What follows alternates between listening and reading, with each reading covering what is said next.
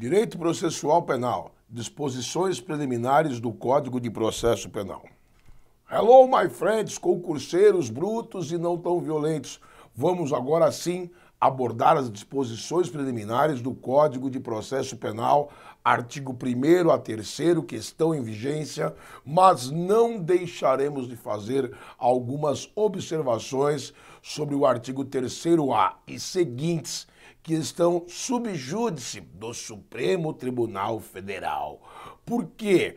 Apesar do pacote anticrime ter entrado em vigor a contar de 23 de janeiro de 2020, como você sabe, o pacote anticrime e alguns artigos do Código de Processo Penal estão suspensos e a gente vai ter que dar uma analisada neles, porque vai que o bicho entre em vigor, não é verdade? Você tem que estar preparado para essa eventualidade. Então, vamos dar ênfase, óbvio, naquilo que está em vigor, mas não deixaremos de analisar aquilo que se encontra ainda sob júdice e que eventualmente venha efetivamente a passar a vigorar, beleza?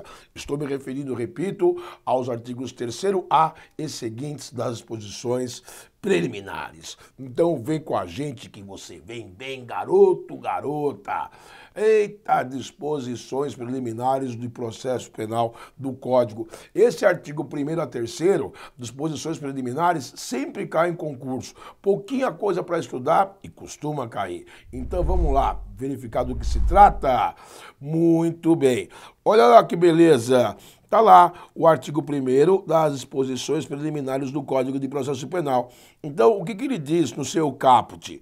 Que o processo penal reger-se-á em todo o território brasileiro por este Código, ressalvados, todo o território brasileiro, você já sabe, espaço terrestre, espaço marítimo e espaço aéreo. Mas existem exceções que o Código de Processo Penal não atinge. E quais são elas?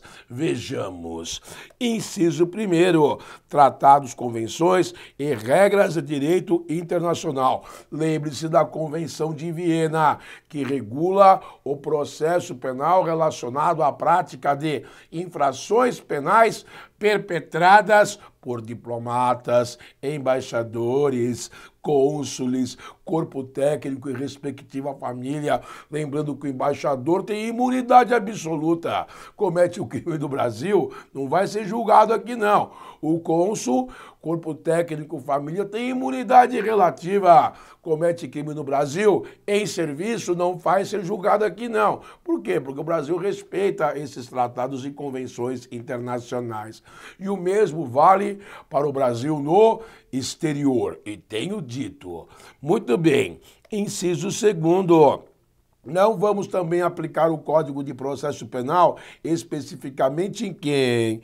Nas prerrogativas constitucionais do Presidente da República, ministros de Estado, crimes conexos com o Presidente da República, quer dizer, os ministros que praticarem crime junto com o Presidente da República e dos ministros do Supremo Tribunal Federal, nos crimes de responsabilidade. Constituição, artigos 86, 89, parágrafo 2º e 100. Lembro você, no caso da presidente Dilma Rousseff, a ex-presidente, aquela que saudava a mandioca. Então, como você deve se recordar, ela sofreu impeachment. Ela foi responsabilizada por atos de improbidade. E quem julgou a presidente? A regra aplicada não foi a do Código de Processo Penal, porque ela foi julgada, inclusive, pelo Senado Federal, sobre a presidência do ministro Lewandowski. Então, determinados crimes, determinados atos, não se utiliza o regramento do Código de Processo Penal, porque existe lei específica para julgamento desses atos de improbidade. Logo, inaplicável o CPPB, beleza? Inciso 3º, os processos de competência da Justiça Militar. Militares da União, polícias militares, corpos de bombeiros militares praticam crime em serviço, é crime militar. Existe um Código de Processo Penal Militar. Logo, não será aplicado o Código de Processo Penal brasileiro. Inciso 3º, os processos de competência do Tribunal Especial. Pode descartar isso, porque a Constituição Federal veda juízos de exceção. Então esse artigo está tacitamente revogado. Da mesma forma, os processos por crimes de imprensa também já foi revogado conforme a ADPF número 130. Hoje aplica essas regras normais, beleza? Muito bem. Parágrafo único. Aplicar-se-á, entretanto, este código aos processos referidos dos incisos 4º e 5º. Como basicamente eles foram revogados também, pode desconsiderar esse parágrafo único. Você vai ficar com o artigo 3º, o artigo 1º e seus incisos, e vai descartar esse parágrafo único. Dando continuidade, olha que belezinha, artigo 2º, a lei processual penal aplicar-se-á desde logo, sem prejuízo da validade dos atos realizados sob a vigência de lei anterior. Já falamos isso, lei processual penal entra em vigor, vigência imediata. Não há que se falar em retroatividade mais benigna de lei processual penal, não há que se falar em irretroatividade de lei penal mais gravosa, apesar de questões de concurso falarem, no nosso próprio material aqui tem uma questão da CESP, colocando a lei processual penal mais grave, está errado. Não tem lei processual penal mais grave, porque ela não cria crime e não aumenta a pena. Não há que se falar em lei processual penal menos grave, porque ela não gera diminuição de pena nem abolício crimes. Não tem lei processual mais grave ou menos grave. Agora, o que você tem que saber é que lei processual entrou em vigor, aproveita-se tudo que foi feito na égide da lei processual penal anterior. Não muda nada. E o juiz não precisa ratificar os atos que ele praticou anteriormente, porque a lei já diz, é considerado válido. E a partir da vigência da nova lei processual, muda o rito do julgamento, muda a forma do julgamento a partir da sua vigência. Beleza? Então, tudo que foi julgado sob a vigência da lei processual penal anterior mantém-se. E a partir da vigência da nova lei processual penal, muda o rito, a forma do julgamento. É isso que eu tenho a dizer para você. Beleza? Artigo 3º. Esse é interessante. Lei processual penal admitirá a interpretação extensiva, aplicação analógica, semelhante a outros casos que foram julgados, bem como o suplemento dos princípios gerais de direito. Que princípios são esses? Princípio da isonomia, princípio da equidade, princípio da razoabilidade, princípio da proporcionalidade, princípio da economia processual, princípio da independência dos poderes, do juiz, do promotor. É isso, os princípios gerais de direito, beleza? Até aqui, para fins de concurso, não muda nada, meu amigo. Artigos 1º a 3º, vigência total. Contudo, a partir daqui, a coisa muda de figura, beleza? Porque inovação do pacote anticrime, é o chamado juiz das garantias, está sob júdice ainda em razão da manifestação do Supremo Tribunal Federal, então está aguardando lá se o Pleno vai endossar o que está aqui ou não vai. Agora, uma coisa, antes de eu começar a falar aqui sobre esse juiz das garantias, sou obrigado a dizer rapidamente, não tem nada de excepcional aqui. Por quê? Vou tirar como exemplo o estado de São Paulo. Esse juiz das garantias sempre existiu aqui em São Paulo. Pelo menos que eu me recorde, há uns 15 anos já aproximadamente. Por quê? Dado o volume que existente de crimes, inquéritos instaurados, no nosso Fórum Central, que fica aqui na Barra Funda, é o chamado Complexo Mário Guimarães, nesse Fórum Central existe um departamento ali chamado de DIPO, que significa Departamento de Inquéritos Policiais. Então, você imagine mais de 100 distritos policiais só na capital aqui do estado de São Paulo. A quantidade de inquéritos que ocorrem são instaurados todo dia. Então, tudo que acontece no âmbito desses inquéritos, prisão em flagrante, pedido de relaxamento, pedido de medida cautelar, prorrogação de inquérito, impetração de HC, realização de perícias, insanidade mental do acusado, quer dizer, tudo que acontece, isso não vai direto para a vara criminal que vai julgar. Existe no DIPO, Departamento de Inquéritos Policiais, juízes lá de plantão para atender essas demandas, não só no que diz respeito ao atendimento da demanda dos pedidos formulados, mas também com relação à fiscalização da integridade do preso, das garantias constitucionais do preso.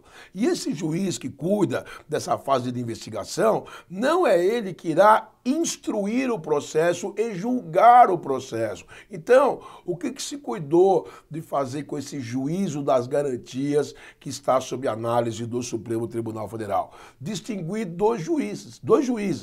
O que já vinha sendo feito em São Paulo e nunca foi questionado a legalidade ou ilegalidade. Ou seja, um juiz cuida da parte de suporte ao inquérito policial e outro juiz cuida do julgamento propriamente disso. É tão somente isso.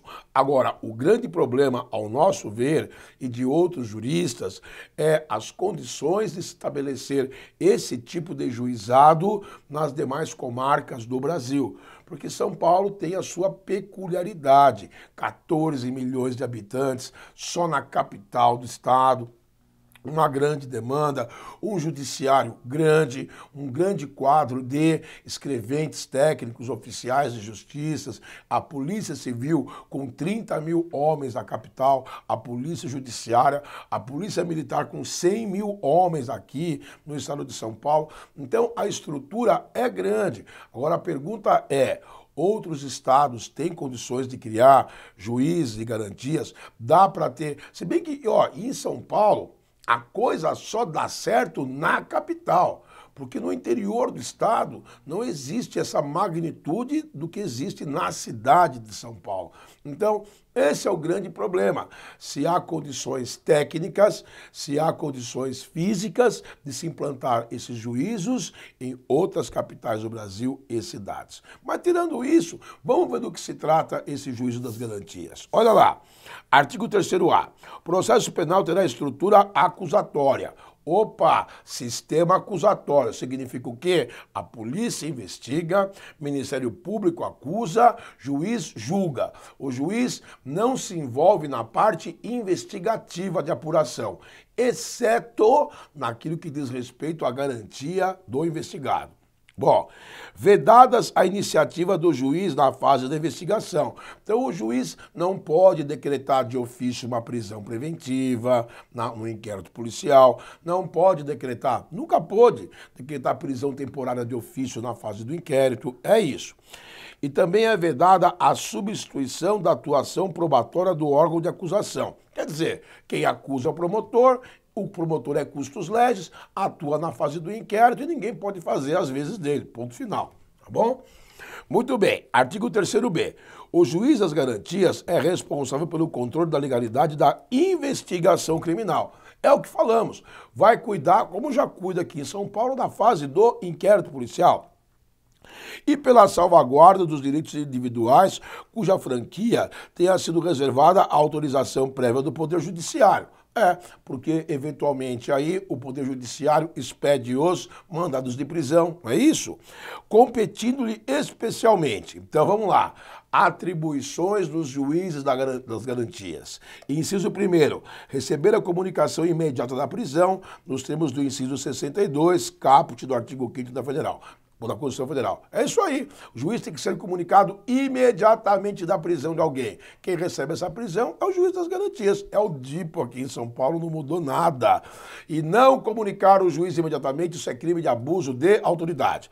E inciso 2º, receber o auto de prisão em flagrante para o controle da legalidade da prisão. Observar o disposto no artigo 310 deste Código. Caso de ilegalidade, o juiz relaxa a prisão em flagrante. Tem que receber o flagrante em até 24 horas. Essa é a previsão legal.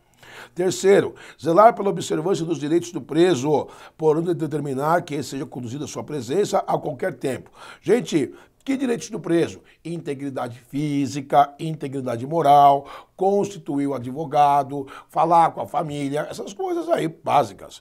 Inciso 4º, ser informado sobre a instauração de qualquer investigação criminal. Eu diria para você que isso aí, qualquer investigação criminal informar ao juiz, é coisa nova, né? Porque o juiz só toma conhecimento quando o inquérito chega nas mãos dele ou quando há alguma interação, não é isso? Agora, avisar qualquer investigação, isso de fato é novidade. Quinto, decidir sobre o requerimento de prisão provisória. Isso já é feito. Ou outra medida cautelar, observar o disposto no parágrafo 1º deste artigo. Que outra medida cautelar? Alguma medida protetiva de urgência, como no caso de violência doméstica, por exemplo. Inciso 6º, prorrogar a prisão provisória ou outra medida cautelar, bem como substituí-las ou revogá-las, assegurado no primeiro caso o exercício do contraditório em audiência pública e oral, na forma do disposto deste Código ou em legislação especial pertinente. Gente, prorrogar a prisão provisória, prorrogar a prisão preventiva, prorrogar uma prisão temporária, quando for cabível, ou outra medida cautelar, proibição de contatar com a vítima, proibição de se aproximar da vítima, comparecimento periódico em juízo, outras mais, tem uma série de medidas cautelares. Inciso 7º, decidir sobre o requerimento de produção antecipada de provas consideradas urgentes e não repetitíveis, assegurado contraditório e ampla defesa em audiência pública e oral. Produção antecipada de provas. Temos que produzir a prova agora, porque se deixar para produzir depois, talvez ela se perca, não é verdade? O acusado está em local incerto ou não sabido. A testemunha tem 100 anos de idade. Se esperar para ouvir a testemunha no âmbito do contraditório e ampla defesa, meu amigo, ó, se não achar logo o acusado, só vai ouvir a testemunha onde? Lá no centro espírita, porque ela vai morrer. Não é? 7º, prorrogar o prazo de duração do inquérito, estando o investigado preso, em vista das razões apresentadas pela autoridade policial. Isso é novidade, porque a princípio, inquérito policial indiciado preso tem que ser concluído em 10 dias no âmbito da Justiça Estadual, 15 dias no âmbito da Justiça Federal, e só um caso ou outro permitia que o inquérito fosse prorrogado estando indiciado preso, como é o caso na lei de drogas, porque antes disso não havia previsão de prorrogação de inquérito com o indiciado preso. Isso é novidade, mas não está em vigor ainda, calma. Muito bem, temos aqui também o inciso 10, requisitar documentos, laudos e informações ao delegado de polícia sobre o andamento da investigação. Também interessante, juiz das garantias. Normalmente quem faz essa atividade é o Ministério Público na qualidade de custos legis fiscal da lei. Inciso 11, decidir sobre os requerimentos de a linha A, interceptação telefônica, fluxo de comunicações em sistemas de informática e telemática e outras formas de comunicação. Isso, a própria lei de interceptação telefônica prevê que só se faz isso mediante autorização judicial. Quem vai decidir isso é esse juiz das garantias, é o juizão lá de plantão, né, que cuida da parte de fiscalização da investigação. A linha B, afastamento dos sigilos fiscais, bancário e dados e telefônico. Sim, é só mediante ordem judicial mesmo, quebra de sigilo bancário. Juiz das garantias resolve isso. A linha C, busca e apreensão domiciliar, expedição de mandados, juiz das garantias. A linha D, acesso a informações sigilosas, juiz das garantias. A linha E, outros meios de obtenção da prova que restringam direitos fundamentais do investigado. A interceptação ambiental, por exemplo, de comunicação, colocação de escutas telefônicas, infiltração de agentes e outras coisas mais. Inciso 12, julgar habeas corpus impetrado antes do oferecimento da denúncia. Sim, gente, porque depois que a denúncia foi recebida e foi encaminhado para frente, aí cessam as atribuições do juiz das garantias. Essa seria a expectativa desse pacote anticrime. 13. Determinar a instauração de incidente de sanidade mental, se for constatado no curso do inquérito que há indícios de que o indiciado é louco. Inciso 14. Decidir sobre o recebimento da denúncia ou queixa, nos termos do artigo 399 deste Código. Então, seria o juiz da garantia que receberia a denúncia, a ação penal pública, acusação apresentada pelo MP, ou receberia a queixa-crime, ação penal privada ingressada oferecida pelo querelante contra o querelado. Então, a atribuição do juiz das garantias cessaria aí. Recebeu a denúncia, recebeu a queixa-crime, cessa a sua atribuição. Esse é o limite de atuação que se pretende do juiz das garantias, ok? Inciso 15. Assegurar prontamente, quando se fizer necessário, o direito outorgado ao investigado e ao seu defensor de acesso a todos os elementos informativos e produzidos no âmbito da investigação criminal, salvo no que concerne estritamente as diligências em andamento. Já tem previsão legal disso, do acesso do advogado aos elementos da investigação policial. E o cerceamento disso é crime de abuso da autoridade. Está lá, inclusive, no Estatuto no Estatuto da OAB, bem como na Lei de Abuso de Autoridade. 16. Deferir pedido de admissão de assistente técnico para acompanhar a produção de prova. E interessante, porque a princípio os assistentes técnicos eram somente a partir da ação penal do processo. E aqui tem previsão de participação na fase do inquérito. Isso é novo. 17.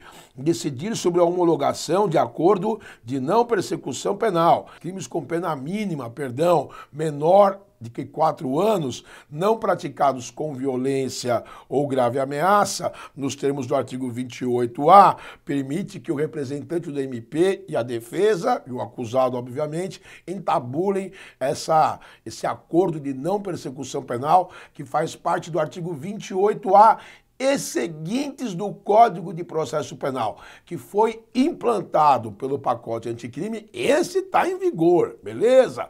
Vamos estudar isso aí. Ou de colaboração premiada, quando formalizados durante a investigação. Inciso 18. Outras matérias inerentes às atribuições definidas no caput deste artigo. Quer dizer, o juiz das garantias vai atuar aí nessa fase de investigação do inquérito policial, naquilo que diz respeito a tudo que envolva essa medida, digamos assim, preliminar apuratória, ok? Muito bem. Parágrafo 2º. Se o investigado estiver preso, o juiz das garantias poderá, mediante representação da autoridade policial, ouvido o MP, prorrogar uma única vez a duração do inquérito por até 15 dias. Isso é novidade. Eu falei, inquérito policial indiciado preso, nos termos da lei atual, não existe possibilidade de prorrogação de prazo, fora ou salvo algumas excepcionalidades, conforme já dito, como no caso da lei de drogas. Após o que, se ainda assim a investigação não for concluída, a prisão será imediatamente relaxada. Vamos aguardar para ver se passa ou não passa esse dispositivo sobre o crivo do Supremo Tribunal Federal. Parágrafo 3º. A competência do juiz das garantias abrange todas as infrações penais. Crimes e contravenções, não. Exceto as de menor potencial ofensivo.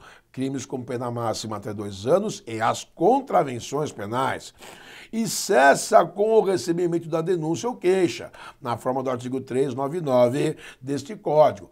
Recebeu a denúncia ou queixa, há indícios de crime, não é isso que dá início à ação penal. Aí ele vai encaminhar os autos para o juiz da instrução, o qual deverá ordenar a citação do réu para, a partir daí, dar início ao processo.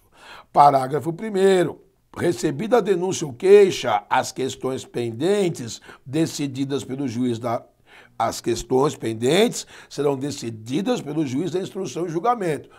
Porque a partir daí cessou a atividade do juiz das garantias. O juiz das garantias não vai se imiscuir, se misturar, conflitar com as decisões do juiz da instrução que vai julgar. As decisões proferidas pelo juiz das garantias não vinculam o juiz da instrução e julgamento. Não é pelo fato de que o juiz das garantias eventualmente reconheceu lá algum tipo de legalidade ou ilegalidade que o juiz da instrução não poderá rever essa medida. Que, após o recebimento da denúncia da queixa, deverá reexaminar a necessidade das medidas cautelares no prazo máximo de 10 dias. Então, na verdade, o juiz das garantias adotou as medidas, recebeu a denúncia ou queixa, mandou para o juiz da instrução. O juiz da instrução vai dar uma analisada geral ali, ver se está tudo ok, podendo concordar ou não com algumas medidas, ok? Muito bem. Parágrafo 3º. Os autos que compõem as matérias de competência dos juízes das garantias ficarão acautelados, guardados na Secretaria deste juízo, à disposição do MP e da defesa. Sim, porque existe aí a possibilidade de ampla defesa e contraditório contra ou não em face de algumas medidas adotadas. E não serão apensados aos autos do processo enviados ao juiz da instrução e julgamento, para não misturar uma coisa com outra, né? Então, foi lá um pedido de HC, resolve o HC no juiz das garantias, não vai encaminhar toda a papelada junta lá. Foi lá um pedido de insanidade mental, vai resolver em apartado, não vai acompanhar os autos do processo principal. Ressalvados os documentos relativos às provas irrepetíveis, laudos e perícias, medidas de obtenção de provas ou de antecipação de provas que deverão ser remetidos para apensamento em apartado. Apensamento é colocar junto, ok? É colocado na contracapa do processo, grampeado, colado, é apensado. Parágrafo 4º. Fica assegurado às partes o amplo acesso aos autos acautelados na Secretaria do Juízo das Garantias. Quem são as partes? Ministério Público e a Defesa. Ou querelante no caso de ação penal privada. Artigo 3º-D. O juiz que na fase de investigação praticar qualquer ato incluído nas competências do artigo 4º e 5º deste Código ficará impedido de funcionar no processo. Gente, o 4º e 5º do Código diz respeito ali, por exemplo, à requisição para instauração de inquérito policial. Então, se um juiz ordenou já a instauração do inquérito, ele não pode mais atuar como juiz de investigação, ok?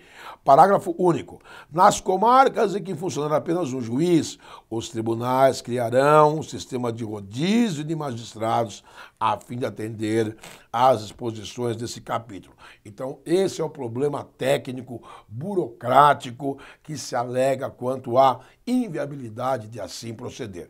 Inclusive, foi essa a manifestação do nosso ministro da Justiça e da Segurança Pública, Sérgio Moro.